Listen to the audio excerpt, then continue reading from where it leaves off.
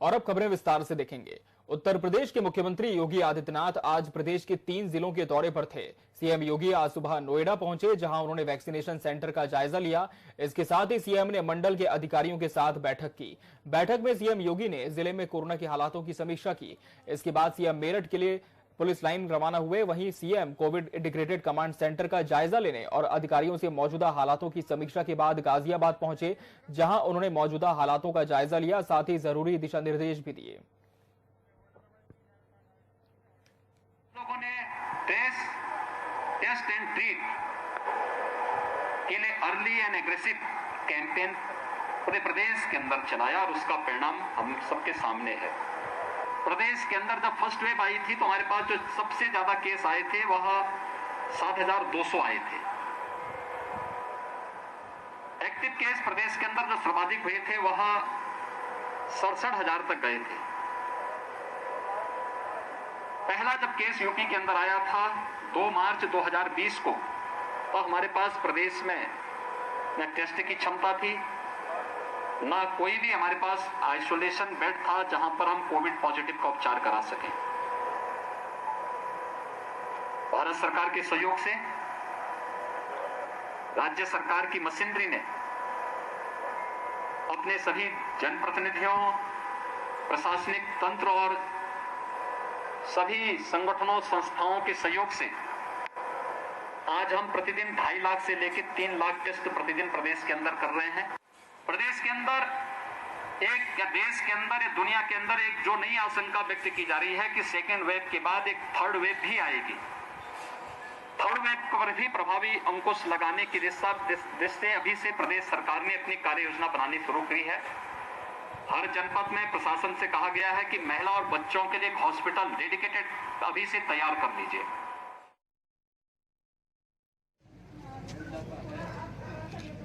तीन तस्वीरें। आज उत्तर प्रदेश के मुख्यमंत्री योगी आदित्यनाथ इन तमाम जिलों के दौरे पर रहे। नोएडा, मेरठ और गाजियाबाद पहुंचे। कुछ जगहों पर कोविड अस्पताल भी पहुंचे और तमाम व्यवस्थाओं का उन्होंने जायजा लिया। साथ ही जहां पर कमी पाई गई वहां व्यवस्था दुरुस्त करने के निर्देश भी उन्होंने दिए हैं। लगातार मुख्यमंत्री योगी आदित्यनाथ दौरे पर रह रहे हैं। सीएम योगी का आज नोएडा, मेरठ और गाजियाबाद में दौरा था और इसकी प्लानिंग भी पहले से हो गई थी, क्योंकि लगातार हम देख रहे हैं कि ग्राउंड लेवल पर मुख्यमंत्री योगी आदित्यनाथ उतर रहे हैं और तमाम व्यवस्थाओं का खुद ही जायजा ले रहे हैं, मॉनिटरिंग भी कर रहे हैं।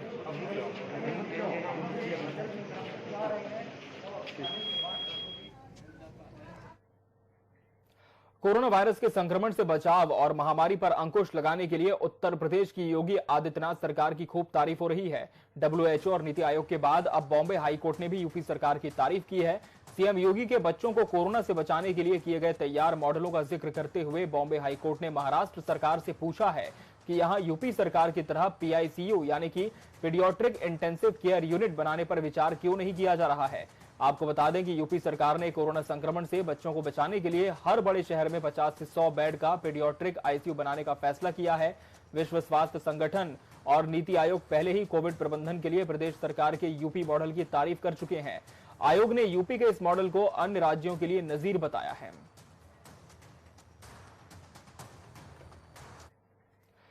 सोमवार को मुख्यमंत्री योगी आदित्यनाथ सहारनपुर जाएंगे। सीएम योगी के आगमन को लेकर प्रशासन तैयारियों में जुटा हुआ है। बताया जा रहा है कि जनप्रतिनिधियों और अधिकारियों के साथ सीएम की बैठक होगी। इसी के अलावा 7 स्थानीय भ्रमण भी वो करेंगे। ऐसे में देखिए कि बीजेपी सांसद प्रदीप चौधरी ने क्या कुछ कहा।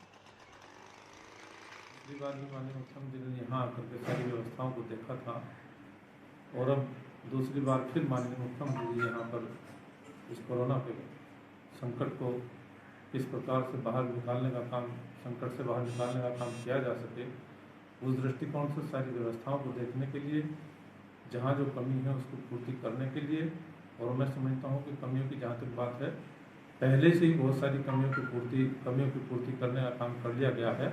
और जो भी कुछ ऐसी कोई बात रहेगी तो निश्चित रूप से सभी जनप्रतिनिधि अधिकारी लोग माननीय मुख्यमंत्री जी के सम्मुख रहेंगे।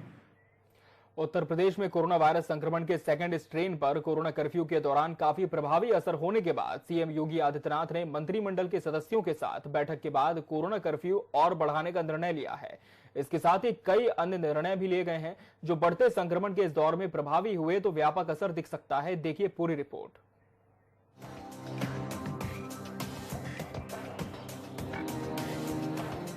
कोरोना वायरस की दूसरी लहर ने देश को एकदम झकझोर कर रख दिया है। स्वास्थ्य महकमा लगातार इस अग्नि परीक्षा में पास होने के लिए कोशिशें कर रहा है। अगर हम यूपी की बात करें तो यहां पर पिछले दिनों में कोरोना वायरस के केसेस में लगातार कमी देखी जा सकती है। इसी क्रम में कोरोना कर्फ्यू को एक बार फिर 24 मई तक के लिए बढ़ा दिया गया। महामारी से जंग लड़ रही सूबे की योगी सरकार एक तरफ तो संक्रमण की चेन तोड़ने के लिए कोशिशें कर रही है, तो वहीं दूसरी तरफ स्वास्थ्य संसाधनों से भी प्रदेश को मजबूत करने की कोशिशें की जा रही हैं। इसी क्रम में यूपी सरकार ने चिकित्सा उपकरणों का उत्पादन बढ़ाने के लिए उद्यम इकाइयों को सब्सिडी देने का फैसला किया। इसके लिए cabinet bye circular Uttar Pradesh emergency वित्त पोषण योजना को स्वीकृति दे दी गई है। इसके अलावा भी कई अहम फैसले हैं जो मंत्रिमंडल की बैठक में लिए गए हैं। 24 मई की सुबह 7 बजे तक कोरोना कर्फ्यू लागू रहेगा। आवश्यक सेवाओं को मिलती रहेगी छूट। सभी पंजीकृत पटरी दुकानदारों को 1000 रुपए प्रति मास देने का निर्णय है। यूपी ऑक्सीजन उत्पादन प्रोत्साहन योजना 2021 को मंजूरी दे दी गई है। कोविड संक्रमितों का उत्पीड़न रोकने के लिए बड़ा फैसला लिया गया है। ज्यादा वसूली करने वाले अस्पतालों को 3 साल तक के लिए सील कर दिया जाएगा।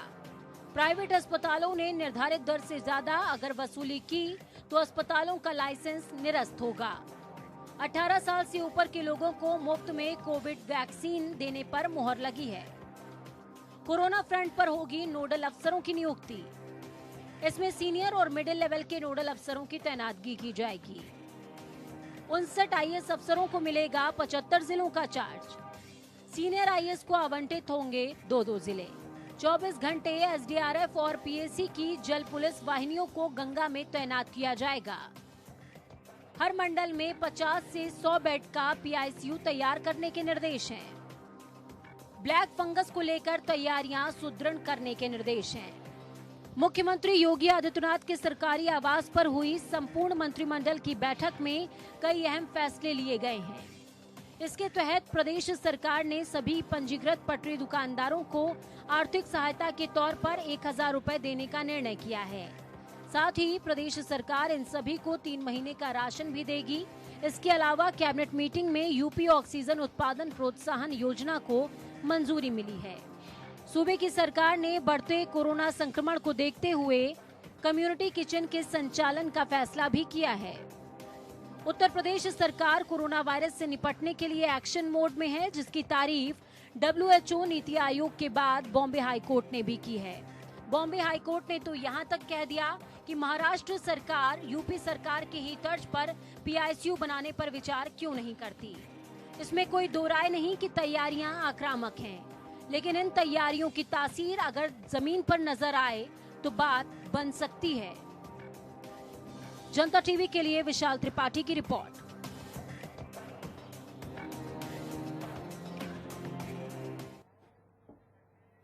वैश्विक महामारी कोरोना वायरस संक्रमण की सेकेंड स्ट्रेन में भले ही उत्तर प्रदेश में अब रिकवरी रेट बढ़ रहा है, लेकिन मृतकों की संख्या भी लगातार बढ़ती जा रही है।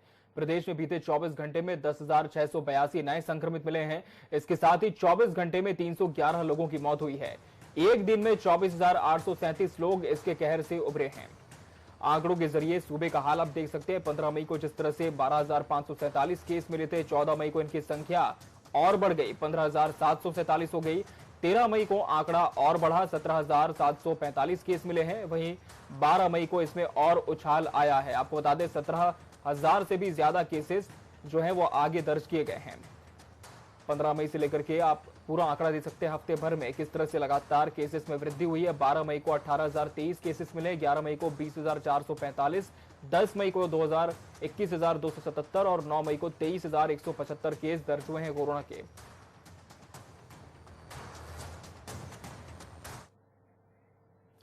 प्रधानमंत्री नरेंद्र मोदी ने आज यूपी के मुख्यमंत्री योगी आदित्यनाथ से फोन पर बात की और प्रदेश में कोविड की स्थिति का जायजा लिया। उत्तर प्रदेश मुख्यमंत्री कार्यालय की तरफ से 2 ट्वीट कर इसकी जानकारी दी गई।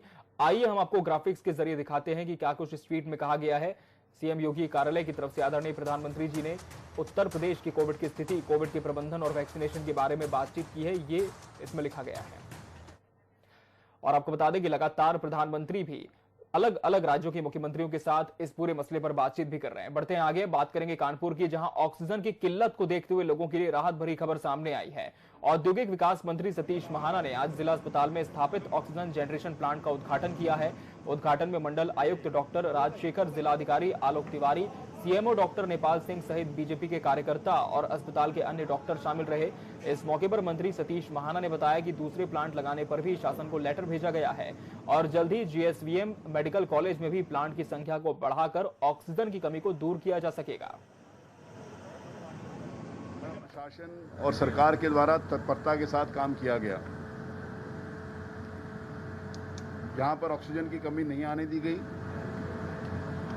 थोड़ी किल्लत हुई तो उसको तत्परता के साथ पूरा किया गया। आज मुझे इस बात को कहते हुए प्रसन्नता है कि कानपुर महानगर में ऑक्सीजन पर्याप्त मात्रा में उपलब्ध है और कानपुर के आसपास जिलों में भी कानपुर से ऑक्सीजन, लिक्विड ऑक्सीजन जा रही है।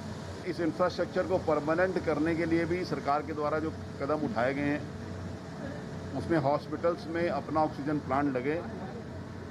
इस हेतु उर्सला अस्पताल में आज उस ऑक्सीजन प्लांट जो लगा 21 दिन में लगकर चालू हो गया। आज एक दूसरा ऑक्सीजन प्लांट, यहाँ पर 2 ऑक्सीजन प्लांट की जरूरत है, दूसरा ऑक्सीजन प्लांट की भी स्वीकृति आज मैंने जिलाधिकारी को बोला है कि उनके द्वारा कर दी जाएगी और अगले 1 महीने के अंदर दूसरा ऑक्सीजन प्लांट भी उर्सला अस्पताल में लग जाएगा।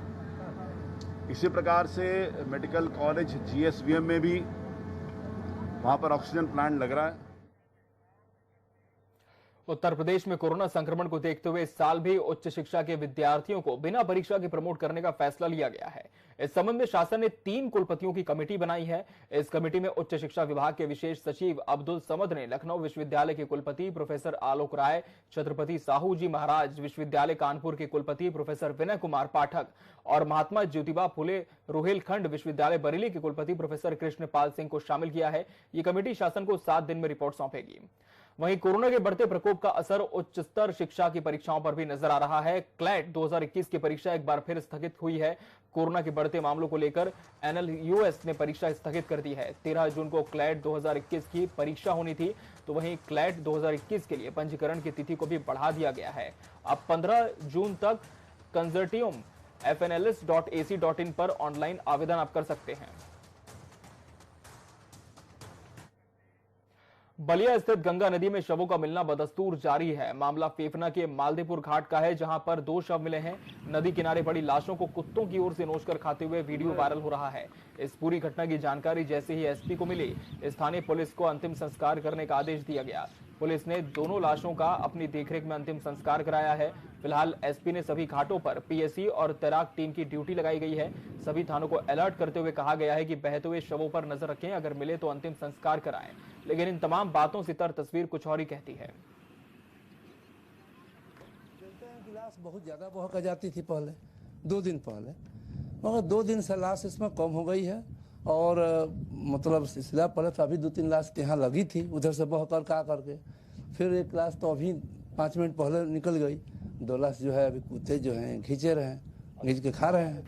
अब तो संख्या के ना बता सकले, बोई क्या होता तबे नहीं लगता है छाची पर बाबू। अच्छा, तो 2 लाश अभी आपने क्या किया? तो 2 लाश 2 बाडी यहाँ पर हम जरावत नहीं साहब लोग के सामने। कौशाम्बी के मंझनपुर तहसील के लोंगवा गांव में 12 दिन के अंदर 14 लोगों की मौत से हड़कंप मच गया है। मौतों की जानकारी होते ही स्वास्थ्य महकमे के हाथ पांव फूल गए हैं। जांच टीम के चिकित्सकों के मुताबिक गांव में स्वास्थ्य विभाग की टीम भेजकर कोविड जांच शुरू करा दी गई है। गांव में हो रही मौतों से ग्रामीण ज्यादा खौफ में है। गांव में सन्नाटा पसरा है। जांच दल के चिकित्सक डॉक्टर मुर्तजा के मुताबिक गांव में 50 लोगों की कोविड जांच नमूने लिए गए हैं, जिसमें से सभी की एंटीजन रिपोर्ट नेगेटिव आई है। RT-PCR की रिपोर्ट आनी बाकी है। गांव में कितने लोग की मृत्यु हुई है, उनका डेथ हिस्ट्री लेके और उसके बाद अगर कोई वहाँ बीमार है कुछ है तो उसको दवा भी दी जा रही है और सैंपलिंग भी की जा रही है। अभी तक कितने सैंपलिंग? अभी तक हम लोगों ने 16 सैंपलिंग किया है। इसमें एंटीजन में सब रिपोर्टें निगेटिव आई हैं। RT-PCR का मतलब जांच उसका रिपोर्ट के लिए 2-3 दिन वेट करेंगे। जांच के लिए कितनी टीमें लगाई गई? 2 टीमें लगाई गई। उत्तर प्रदेश के जिलों में गंगा नदी में मिल रहे शवों को प्रशासन ने गंभीरता से लिया है। इसके तहत गंगा नदी पर निगरानी के लिए यूपी के बुलंदशहर में गंगा तट पर पीएसी फ्लड कंपनी के जवानों ने डेरा डाल दिया है। ये जवान नदी पर निगरानी रखने के साथ साथ शवों को गंगा में प्रवाहित न करने के लिए लोगों को जागरूक भी करेंगे। इसके अलावा शवों के अंतिम संस्कार कराने में लोगों की मदद भी करेंगे। तो आपको बता दें कि मॉनिटरिंग करने के लिए टीम अलग से बनाई गई है, क्योंकि लगातार हम जैसे देख सकते हैं कि शवों का मिलने का सिलसिला जारी है और अनुमान ये भी लगाया जा रहा है कि कहीं ना कहीं जो कोरोना संक्रमित मरीज होते हैं उनके शवों को यहां प्रवाहित किया जा रहा है। ऐसे में अंतिम संस्कार कराने में लोगों की मदद भी की जाएगी। बुलंदशहर से आपको खबर बता रहे हैं, गंगा नदी पर पीएसी के जवानों की नजर रहेगी। नदी पर पीएसी फ्लड कंपनी के जवानों ने डेरा भी डाल दिया है। सूबे में कोरोना महामारी कहर बरपा रही है। इस बीच पीलीभीत शहर के शमशान घाट की जो तस्वीरें सामने आई हैं वो संक्रमण को बढ़ावा दे रही है। शहर के शमशान घाट में कोरोना से मरने वाले संक्रमितों का अंतिम संस्कार किया जा रहा है, मगर धरातल पर शमशान घाट संक्रमितों के पीपी किट खुले में फेंके जा रहे हैं। खुले में पीपी के पड़ी होने के मामले पर जब स्वास्थ्य विभाग के मुखिया डॉक्टर सीमा अग्रवाल से जानकारी ली गई तो उन्होंने भी खुले में पीपी किट पड़ी होना गलत बताया। साथ ही उनका यह भी कहना है कि इससे संक्रमण फैल सकता है, लेकिन जब उनके निस्तारण पर उनसे बात की गई लेकिन इस पर कोई भी सटीक जवाब नहीं मिल सका। इससे लगता है कि जनपद में अफसर सिर्फ बयानबाजी तक सीमित रह गए हैं। तो आपको बता दें कि जिस तरह से मेडिकल वेस्टेज को भी एक निर्धारित प्रक्रिया के तहत इसका अनुपालन किया जाना अनिवार्य होता है, लेकिन खुले में जिस तरह से ये पीपी किट फेंकी जा रही है ऐसे में संक्रमण को बढ़ावा मिल ही रहा है। लेकिन जो जिम्मेदार हैं वो कार्रवाई की बात जरूर कर रहे हैं, लेकिन कोई स्पष्टीकरण इस पर नहीं दे पा रहे हैं। खुले में पड़ी है पीपी किट, जिससे कि संक्रमण का खतरा लगातार बढ़ता ही जा रहा है। सीएमओ के पास भी निस्तारण का जवाब नहीं है। जो कोरोना पॉजिटिव पेशेंट्स होते हैं तो उनको हम लोग एक बॉडी कवर होता है तो उसको पूरी बॉडी को उसमें रैप हो जाता है और उसके बाद फिर उसको खोलने की अनुमति किसी को नहीं होती है। और फिर जो हमारा शव वाहन है उससे हम लोग उसको जो है वो जो भी निकटतम जो उनका क्रिमेशन जगह होती है वहाँ पे उनको भेज दिया जाता है।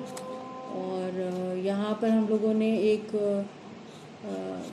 जो क्रिमेशन पॉइंट है वो हम लोगों ने चिन्हित भी किया गया है, तो वहाँ पर उसको क्रिमिनेट कर दिया जाता है। उसमें खाली 1 या 2 लोगों को अनुमति होती है कि वो लोग उसके परिवार के लोग पीपी किट पहन के उसका क्रिमिनेशन।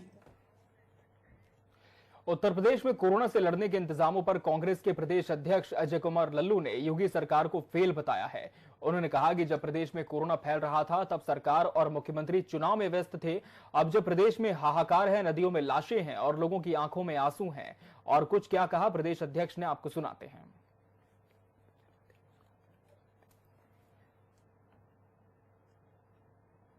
जो सरकार ने L2 बनाया जिसमें मरीजों को एडमिट होना है, जो सरकार ने मेडिकल कॉलेज में व्यवस्था की है, आप उसके हालात देखिए। जो मरीज उसमें जा रहा है वो इलाज के अभाव में, भोजन के अभाव में, घोर असुविधाओं के अभाव में तड़प तड़प के मर जा रहा है। उनके परिजनों का आरोप है कि वो लोग बाहर रात दिन बिता रहे हैं, उनको पता ही नहीं है कि उनके मरीज का क्या हालम है। हजारों लाशें ये गंगा के सामने यमुना में तैर रही हैं। 2000 ये मीडिया ने प्रकाशित किया है। आप देखें मुख्यमंत्री का जो शहर है वो मुख्यमंत्री के शहर का आलम क्या है। मुख्यमंत्री के शहर में 100 की लंबी लाइनें लगी हुई है। 100 घाटों पर दफन करने का जगह नहीं है।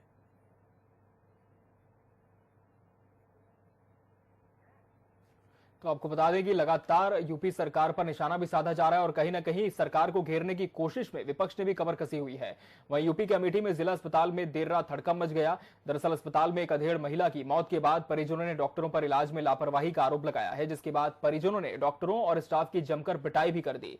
सिर्फ इतना ही नहीं, उन्होंने अस्पताल में जमकर तोड़फोड़ भी की, जिसके बाद पूरे इलाके में तनाव का माहौल है, जिसको देखते हुए मौके पर भारी पुलिस बल तैनात कर दिया गया। वहीं स्थानीय सीएमओ आशुतोष दुबे ने बताया कि अस्पताल में मरीज मृत अवस्था में आया था, जिसकी परिजनों को जानकारी देने पर उसके परिजनों ने उग्र होकर अस्पताल में तोड़फोड़ की और चिकित्सकों के साथ मारपीट की। मरीज जो है मृत अवस्था में आया था और जैसे ही उन्होंने उसे देख करके मृत घोषित किया, उनके परिजन उग्र होकर के अस्पताल में तोड़फोड़ करने लगे और चिकित्सकों के साथ अभद्रता और मार। सूबे में मासूमों के कोरोना की जद में आने का सिलसिला लगातार जारी है। मथुरा के शिशु गृह के बाद अब अगला मामला कुशीनगर से सामने आया है।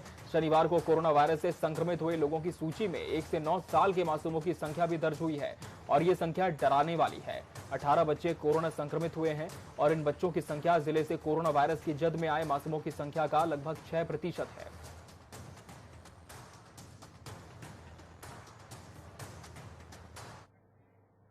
तो वहीं ब्लैक फंगस को रोकने के लिए की जा रही तैयारियों के बीच लखनऊ में इसके मामलों में बढ़ोतरी भी होने लगी है। लखनऊ के केजीएमयू अस्पताल में ब्लैक फंगस के 13 मरीज, तो लोहिया अस्पताल में 3 मरीज भर्ती हैं। केजीएमयू अस्पताल में भर्ती 13 मरीज कोरोना पॉजिटिव भी हैं, तो वहीं 6 मरीज कोरोना को मात देने वाले हैं।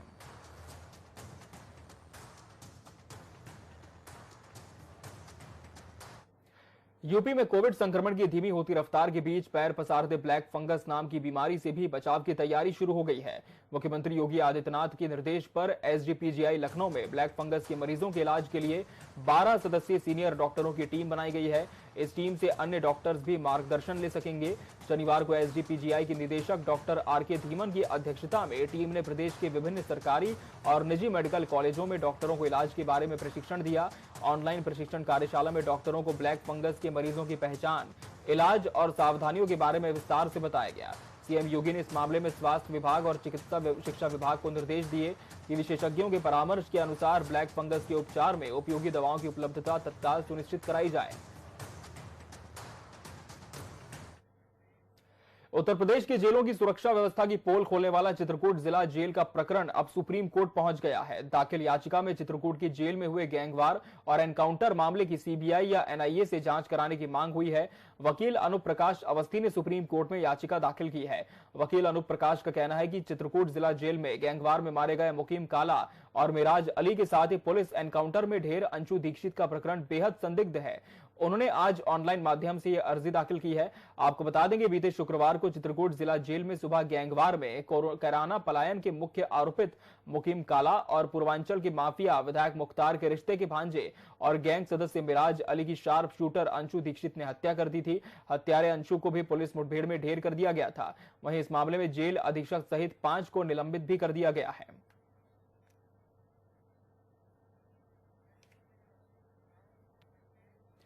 चित्रकूट जिला जेल में गैंगवार के बाद पुलिस एनकाउंटर से उत्तर प्रदेश में खलबली मची हुई है। बांदा के जेल में बंद बसपा विधायक बाहुबली मुख्तार अंसारी की सुरक्षा को लेकर सवाल उठने लगे हैं, जिसको लेकर प्रदेश की योगी आदित्यनाथ सरकार ने बांदा जेल की सुरक्षा सख्त कर दी है। अभी तक यहां पर खाली पड़े जेल अधीक्षक के पद पर भी अधिकारी को तैनात किया गया है। इसी के साथ इस बुलेटिन में फिलहाल इतना ही। दीजिए इजाजत, नमस्कार।